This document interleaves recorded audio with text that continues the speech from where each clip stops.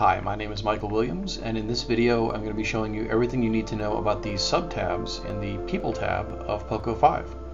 The subtabs area is the area right here in the lower left-hand corner of the People tab. There are a number of tabs contained here. There's flights, crew info, cast info, SAG-AFTRA, DGA, deal info, and lastly, personal info. Starting here with the flights tab, there's really only a few fields here. There's the default class of travel, which we can set to first business coach, or we can also, of course, edit this list. You can enter in frequent flyer numbers for this person. And then down here at the bottom is the flights portal. This is a portal that will allow you to see related records in the flights tab. So for instance, this person already has a flight that's been created in the flights tab. In order to see this flight, we would just click on the related records icon right here, and it'll take me directly to the flights tab and show me all the information for that flight. Going back here to the People tab, you'll also notice this plus symbol here over on the right hand side. You'll see these plus icons throughout POCO. This will allow you to create a new flight for this person in the flights tab. All you need to do is click on it, and what POCO will do will take you to the flights tab, create a new record, and paste in this person's name and all of their contact information into the record for you. That's probably the most convenient way to create a new flight in POCO is by clicking on that little plus button. The next tab is the crew info tab. These fields will allow you to enter information that will appear beneath the person's general information and the crew list. So for instance, on the crew list, you might have the person's name, address, phone numbers, and email. But some people like to have information inserted beneath that on the crew list. For instance, some people like to have their assistants listed directly beneath them in the crew list, and these fields will allow you to do that. The cast info tab will allow you to enter information that will appear on the cast list. Notice that this person is currently a member of the crew, and these fields are grayed out. If I switch this person to being a member of the cast, these fields will light up, as will the ones in the SAG-AFTRA subtab. These fields are the assistant name and phone number, whether or not they are a minor, and then if they're a minor, their guardian name and phone number, agent information, manager information, and any guarantee information that you'd like to appear on the cast list. This could be trailer size, credit, accommodations, any other things you'd like to list on the cast list.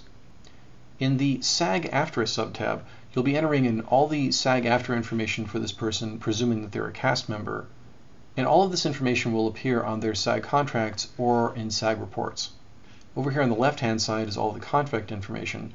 You can enter their start date or on or about date, their pickup date or on or after date, the pickup as and next show starts fields if those are applicable, the allowed deduction and percentage if those are applicable, and then the wardrobe fields if the person's supplying their own wardrobe. These fields in the middle will apply to the casting data report. So you'll want to fill in the total number of days that they've worked, including hold days, their category, type, gender, contract that they're working under, age, and ethnicity. And if this person is working as a stunt performer, you'll fill in whether or not they are working as a descript or nondescript person. The special provisions field here is distinct from the guarantee field in the previous subtab in that this information will actually appear on their SAG contract. So if there are any special provisions for this person as it relates to their SAG contract, this is the field to enter it into. The next subtab is the DGA subtab, and for this I'm going to switch our person back to being a crew member. Much like the SAG-AFTRA tab, you're going to fill in all of your contract information as well as report information and then other provisions. The fields here are the start date for this person, and then various salary information if they are a director, or if they're a UPM AD, their salary information would go here. The DGA employment data report requires this information, which is the total number of days worked, including prep and wrap, their position, gender, and ethnicity. And much the same as the special provisions field in the SAG-AFTRA tab, the other provisions field does the same thing over here for DGA. Anything you type into this field will appear on their DGA deal memo. Also, a quick note about these two fields right here. The salary fields for director and UPM AD are actually the same field. So any number that you type over here will appear over here and vice versa. This won't be a problem, as any person that you're publishing a director DGA deal memo for would not be getting a UPM AD deal memo and vice versa. So just be aware any numbers you enter here will also appear here. Our next tab is the deal info tab, and this is a place where you can enter more deal information for the person. their start and end dates if you haven't already entered those in the other tabs, social security number, loan out, federal ID, state residency, and then U.S. residency. The remaining fields may or may not be filled out depending on what type of person this is. If this is a crew person, you may enter in kit, car, and other rentals. Or if they are cast or crew, you'd enter in their various rate information here.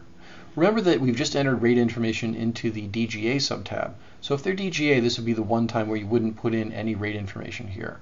But SAG-AFTRA or IATSE Teamster deal information would be entered here. And the last of the subtabs is the personal subtab.